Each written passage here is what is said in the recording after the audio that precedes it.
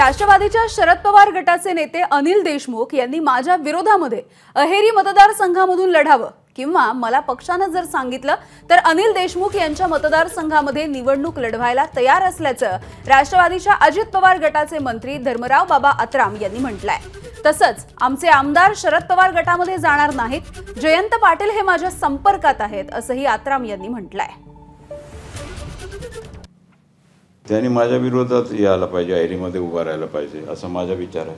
अनिल बाबू आता एक चांगले विदर्भाचे विरोधी नेता आहेत, ते माझ्या विरोधात उभा राहायला काही हरकत नाही। मला जर पक्षाने सांगितलं यांच्या विरोधात उभा राहा तर मी तिथे उभा राहायला मी तयार आहे। तुमचा राखीव मतदारसंघ आहे ना, काय असलं तर मी राखीव असलं तर मी कुठे राहू शकतो। तुम्ही त्यांच्या विरोधात मला जर युतीचे नेते लोक सांगतील की धर्मराव बाबांनी तिथे उभा झाला पाहिजे, तिथे उभं राहायला मी तयार आहे। आपल्याला काय वाटतं देवेंद्र फडणवीस विरोधात ते उभे राहिले तर काय होईल?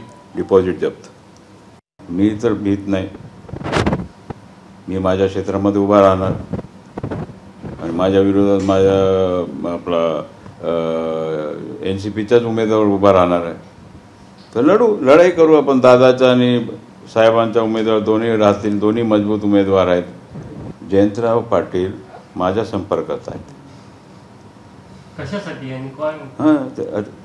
आमचे आमदार त्यांच्या संपर्कात नाही, जयंतराव पाटील माझ्या संपर्कात आहेत। मी काय कशाला बोलायचं? संपर्क म्हणजे तुम्हाला माहित आहे, आमच्याकडे या। एबीपी माझा, उघडा डोळे बघा नीट।